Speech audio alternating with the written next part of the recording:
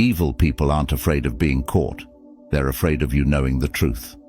And when they know you're onto them, they'll do whatever it takes to manipulate, destroy, or control you. Here's how to spot their every move before it's too late. When evil people know you've figured them out, they don't admit defeat. They double down. Their tricks get nastier, their manipulation gets sharper, and their desperation grows louder. But here's the thing, you're not powerless. By understanding their playbook, you can stay one step ahead. Today we're breaking down the ruthless tactics they use when exposed, and how Stoicism can help you stay unshaken and in control. 1. They play the victim. The moment evil people realize you've figured them out, they undergo a dramatic transformation. Suddenly, they're no longer the manipulative puppeteer pulling strings behind the curtain. No, they're the tragic hero of their own story. The poor, misunderstood soul who's been wronged by you. It's not just a tactic, it's their survival mechanism designed to confuse you, guilt-trip you, and make you question your own perception of reality. Let me take you back to a personal experience. A few years ago, I had a colleague who was charming, helpful, and supportive, or so I thought. Over time, little things didn't add up. They'd subtly take credit for my ideas in meetings, spin stories that contradicted previous conversations, and foster divisions between teammates. When I finally confronted them, armed with specific examples, I was expecting a civil conversation. Instead, they broke down in tears. Their defense: I only did it because I felt so overlooked and unappreciated here. I didn't think anyone cared about me. It was a masterstroke. Suddenly, everyone in the room felt sorry for them. I stood there, stunned, wondering if I'd made a mistake. Had I really misjudged them? That's the insidious power of playing the victim. It hijacks your empathy and turns your accountability into an act of cruelty, the deeper manipulation. Here's the thing, people who play the victim aren't just dodging responsibility. They're actively trying to manipulate you. They know that people with a conscience, people like you, hate the idea of causing pain. They exploit this by twisting the narrative so that they seem helpless and you feel like the bad guy. Their fake tears aren't a cry for help. They're a calculated move to avoid facing the truth. From a Stoic perspective, this tactic preys on one of our most powerful vulnerabilities, our sense of justice. Evil people know that if they can twist the situation just enough, you'll start doubting yourself, thinking, am I overreacting? Did I misinterpret their intentions? But Marcus Aurelius reminds us to focus on the reality of actions, not the emotional noise surrounding them. The facts don't change just because someone cries louder. How this plays out in life: you've probably seen this tactic at play in relationships. Maybe a toxic partner, when confronted about their lies or betrayals, turns the tables and says, I only lied because you're so controlling. Or a family member who refuses to own up to their wrongdoings claims, you've always been so critical of me. You don't understand how hard I've had it. Sound familiar? These aren't apologies, they're diversions. Or take the workplace example. A manipulative coworker gets called out for sabotaging a project and says, I didn't mean to mess things up. I was just so overwhelmed because no one helps me around here. They shift the focus from their behavior to their supposed struggles, making you feel like confronting them was cruel. What can you do? The key is not to let their theatrics control your narrative. A Stoic approach is to remain calm and resolute, focusing on the facts, not the performance. When someone plays the victim, resist the urge to comfort them or soften your stance. Instead, say something like, I hear what you're saying, but this doesn't excuse what happened. Let's address the actual issue. This shifts the conversation back to the core problem and keeps you grounded in reality. Why this matters. When you let someone's victimhood narrative sway you, you hand over your power. Evil people rely on this because it works. It derails accountability and buys them more time to continue their behavior. By staying firm, you send a clear message. Emotional manipulation won't work on you. The deeper lesson here is that while it's noble to care for others, true Stoicism requires clarity and discernment. There's a difference between genuine vulnerability and calculated manipulation. A person who truly regrets their actions will take responsibility for them. But when someone weaponizes your empathy to escape the consequences of their behavior, it's time to step back and protect your peace. Remember, playing the victim is their way of keeping you off balance. Don't let it work. Recognize it for what it is and stand firm in your truth. You owe it to yourself to prioritize your well-being over their theatrics. 2. Fake generosity. When evil people know they've been exposed, they'll suddenly transform into the most thoughtful and generous person you've ever met. They'll shower you with compliments, offer help you didn't ask for, and might even go out of their way to buy you gifts or do you favors. At first, it might seem like they're trying to make amends. But let me tell you, this isn't a change of heart. It's a calculated strategy to regain control and manipulate your perception. Personal experience. I once dealt with someone who thrived on deceit and manipulation in my social circle.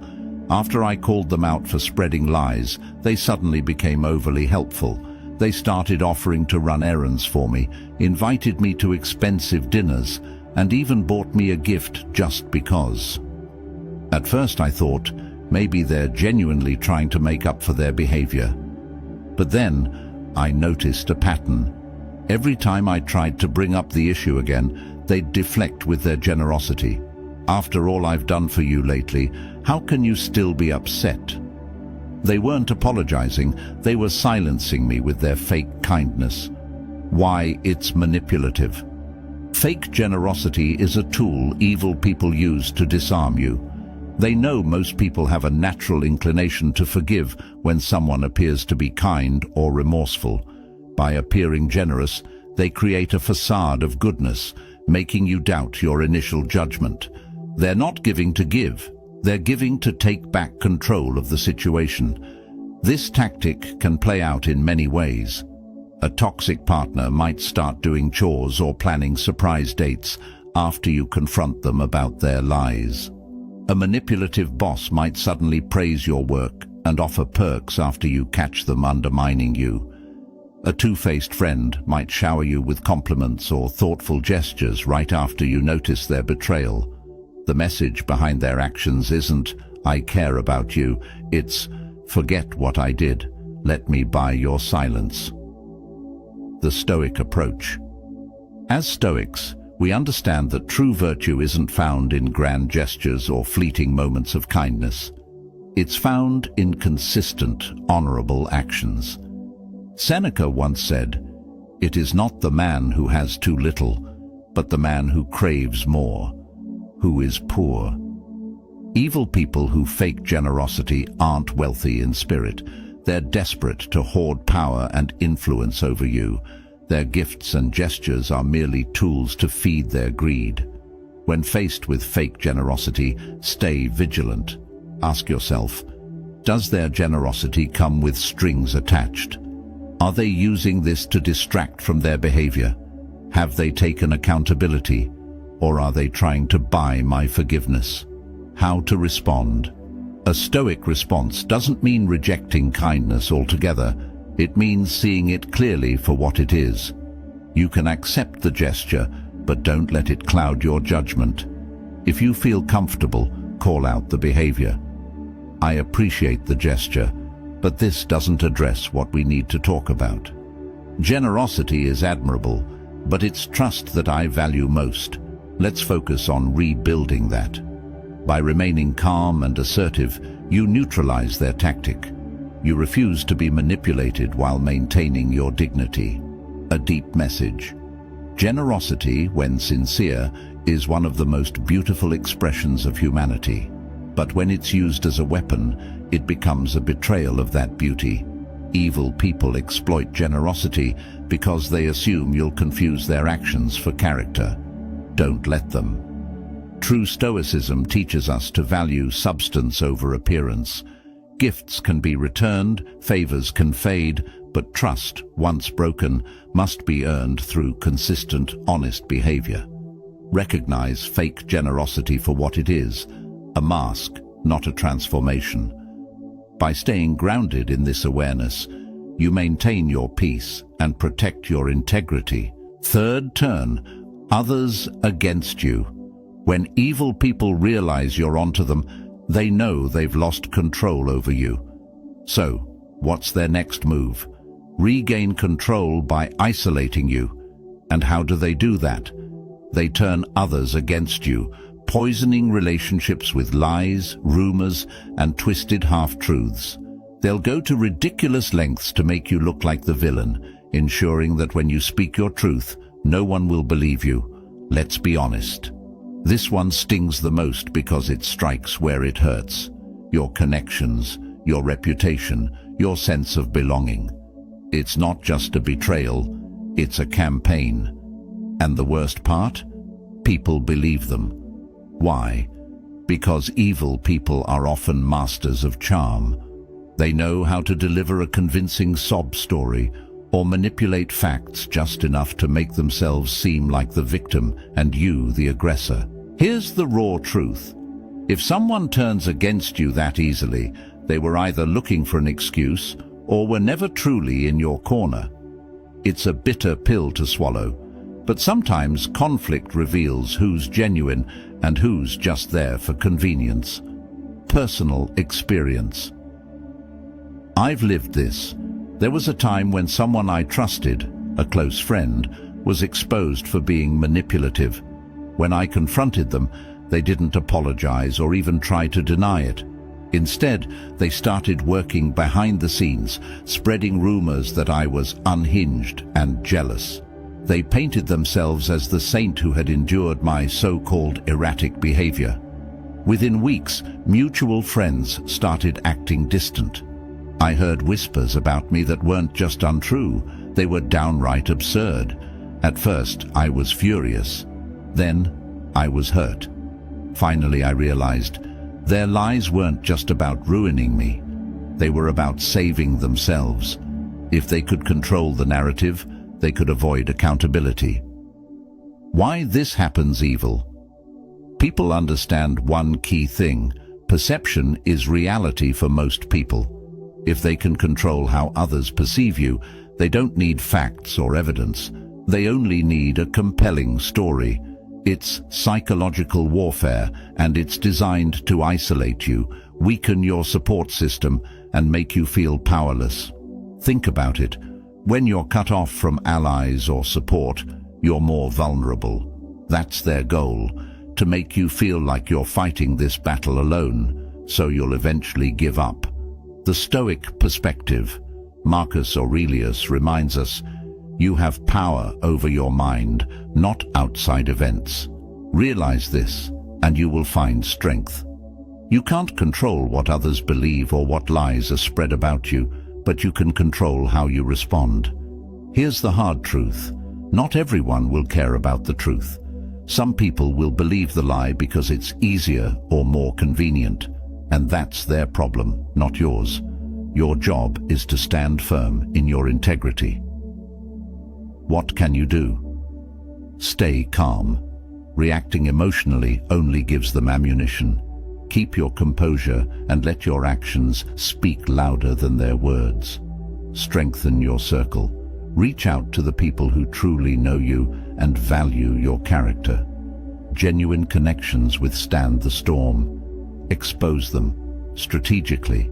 Sometimes you need to call out their behavior, but do it wisely. Provide facts, not feelings. Let their own contradictions unravel their web of lies.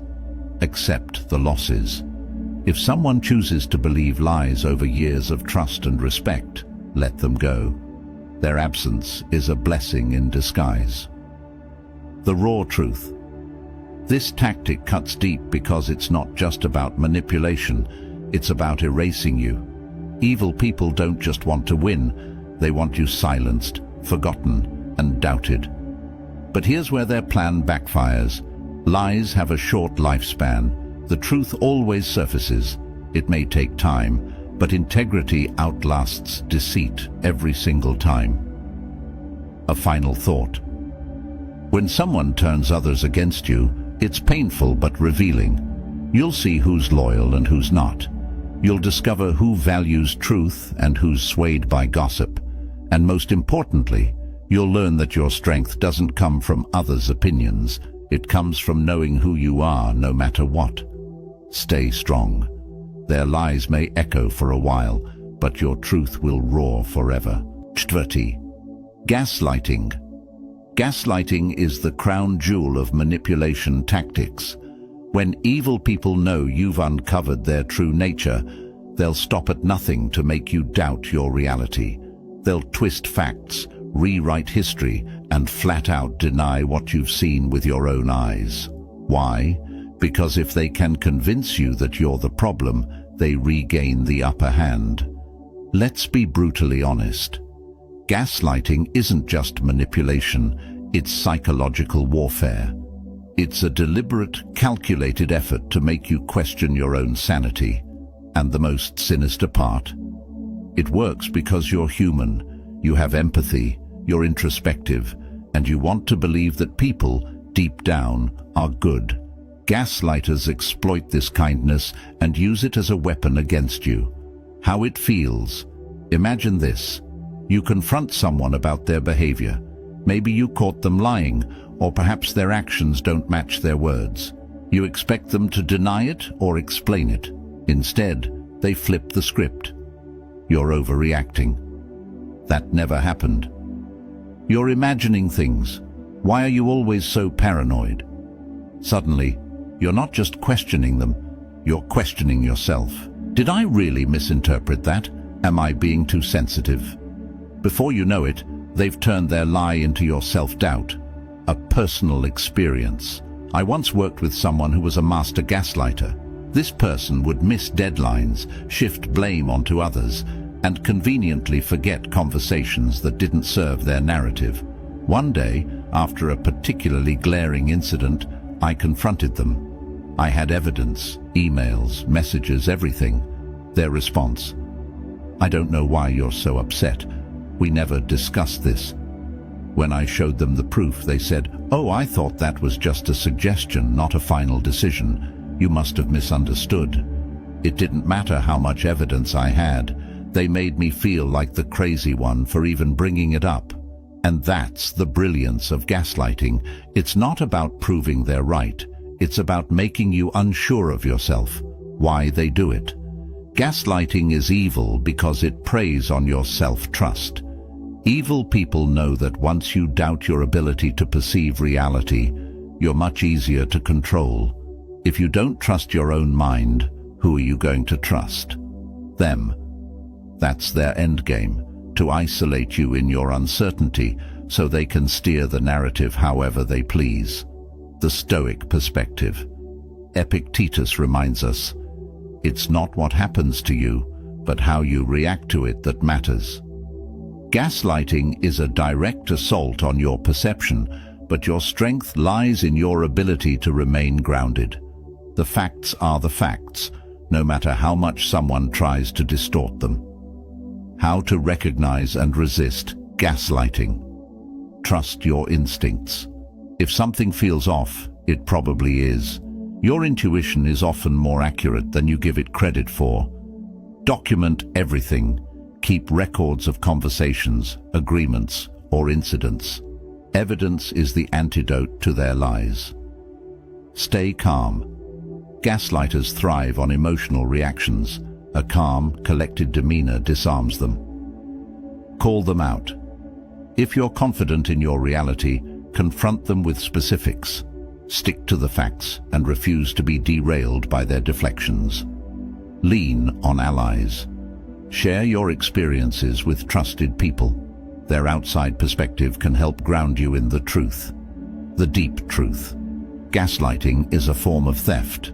It steals your confidence, your clarity, and sometimes even your relationships.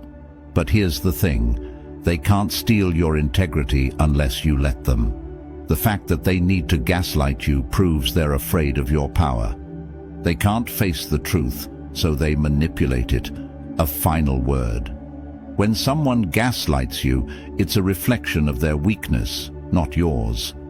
They're terrified of accountability, so they try to shift the burden onto you. Don't let them. Stay firm in your truth, and remember this: your reality is yours. It doesn't belong to anyone else to define, distort, or manipulate. You are stronger than their lies. Stand in your truth, and you'll emerge unshaken. 5. Create drama. When evil people know they've been exposed, they turn to their most reliable distraction: drama. It's their go-to tool for misdirection because drama thrives on chaos, confusion, and heightened emotions. And in chaos, the truth often gets buried. Creating drama isn't just a tactic, it's a strategy. They know that if they can make the situation messy enough, people will stop focusing on their wrongdoing and start focusing on the spectacle. Let's be real. Ever notice how evil people seem to thrive in conflict? It's no coincidence. They know that drama shifts attention. Suddenly, it's not about what they did, it's about how everyone else is reacting. They'll pick fights, stir up arguments, and involve unrelated people to muddy the waters. The goal isn't resolution, it's diversion. And let's not sugarcoat it. Drama works because people love it. It's like emotional junk food, easy to consume, addictive, and ultimately bad for everyone involved. How it plays out.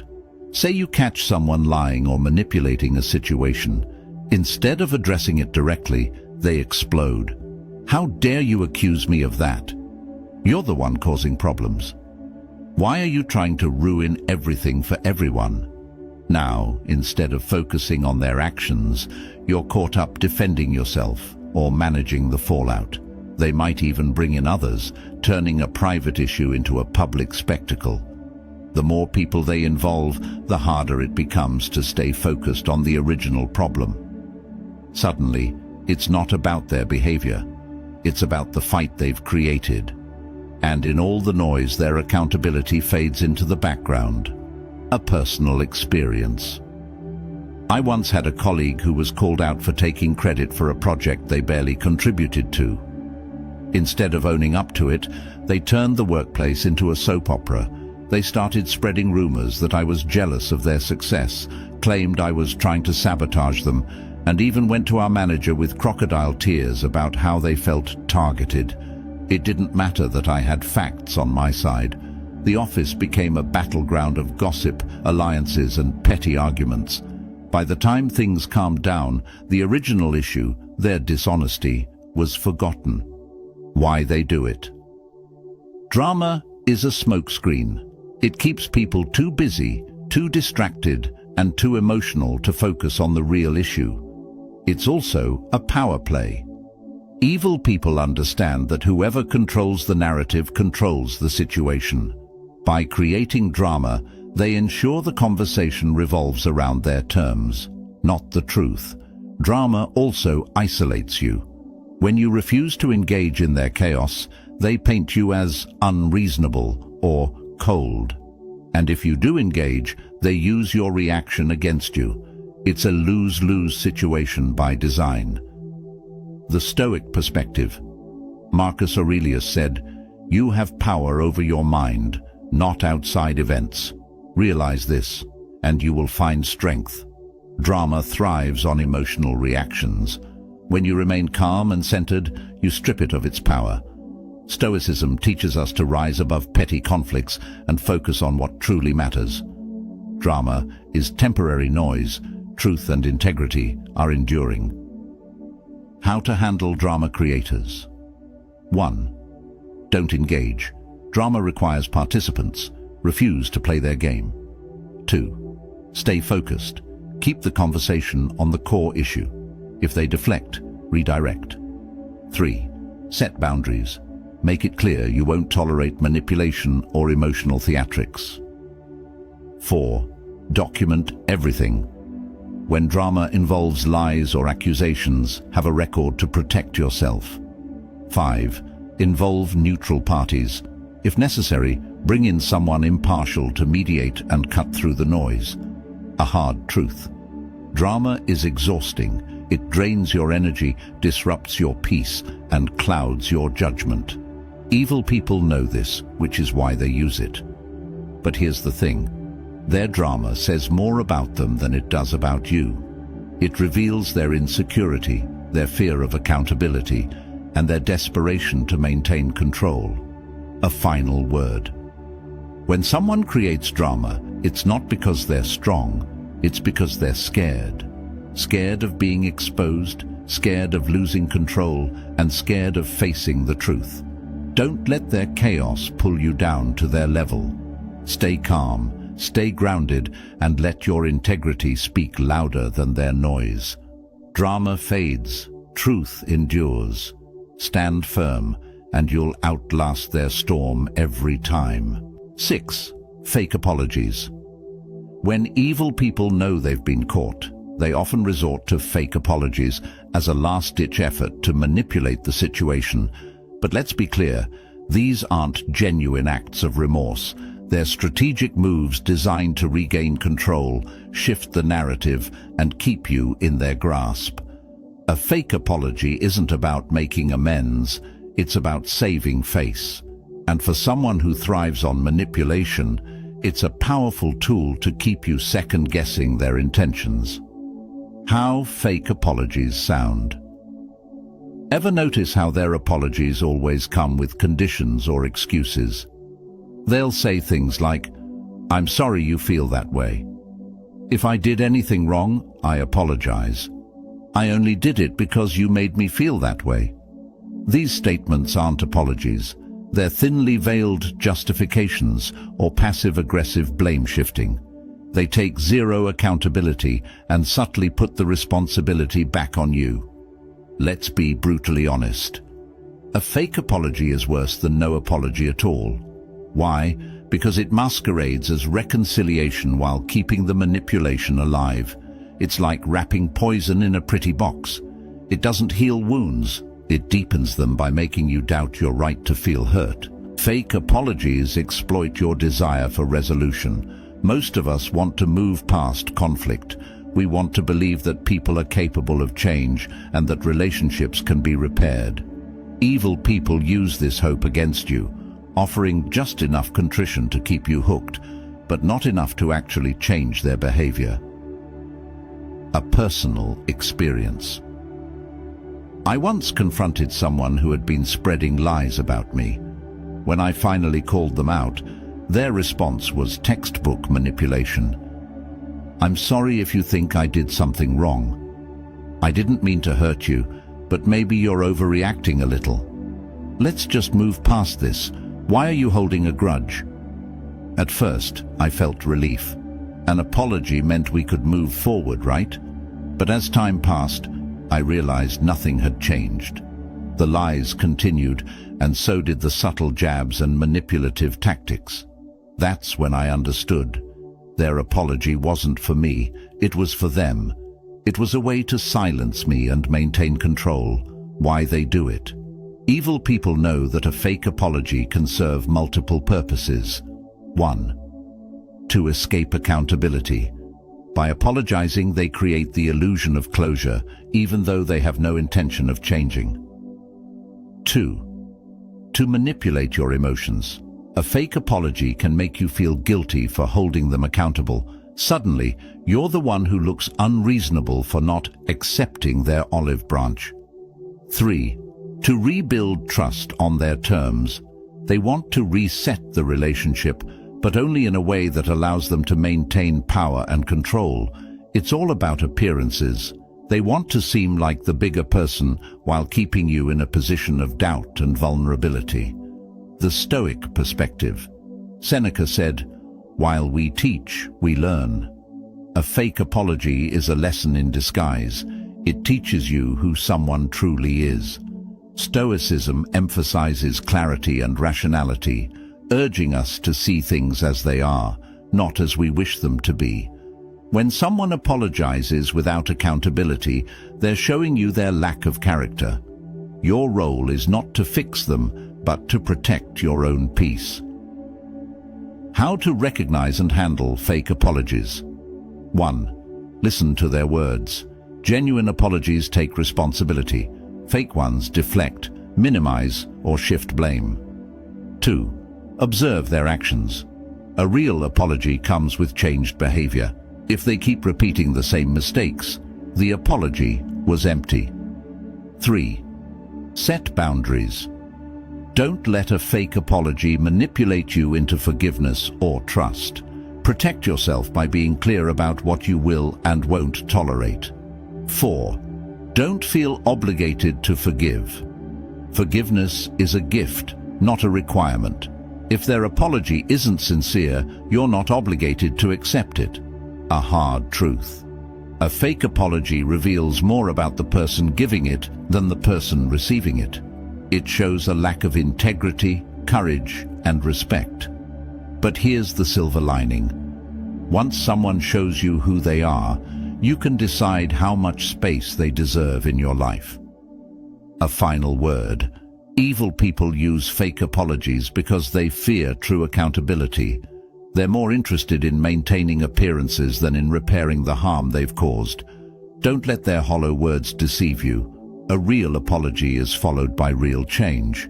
Anything less is just manipulation in disguise. Stay grounded, trust your instincts, and remember this. Your worth isn't measured by someone else's ability or inability to apologize sincerely. It's measured by your strength to stand firm in your truth. 7. Seek revenge. When evil people realize you've uncovered their true nature, they often resort to revenge. This isn't the dramatic, over-the-top vengeance you see in movies. It's calculated, quiet, and insidious. Their goal isn't just to retaliate, but to dismantle your credibility, your peace, and sometimes your entire sense of stability. Revenge for them is about restoring their fragile sense of control. Exposing them has shattered the illusion they carefully constructed, and they'll do whatever it takes to regain power, even if it means taking you down in the process. How revenge manifests. Evil people rarely make their revenge obvious. They know outright aggression could make them look bad. Instead, they work in the shadows, using subtle tactics that are hard to trace back to them. Spreading rumors. They'll whisper falsehoods to others, slowly eroding your reputation. Suddenly, people are looking at you differently, and you're not even sure why. Sabotage. Whether at work, in relationships, or within your social circle, they'll look for ways to undermine you. Missing opportunities, misunderstandings, or accidents often have their fingerprints all over them. Emotional manipulation. They might use guilt, shame, or even charm to pull you back into their web, only to punish you further. Exploiting your weaknesses. They'll find your vulnerabilities, your insecurities, your past mistakes, and weaponize them against you. Let's be brutally honest. Revenge isn't just petty, it's cowardly.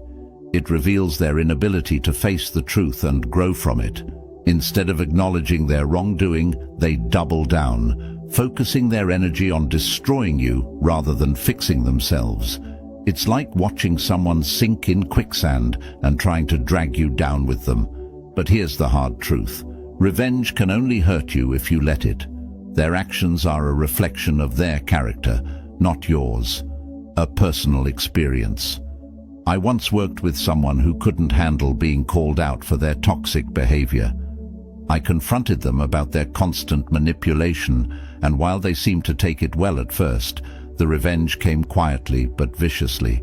They started spreading half-truths to our mutual contacts, painting me as difficult and uncooperative. They sabotaged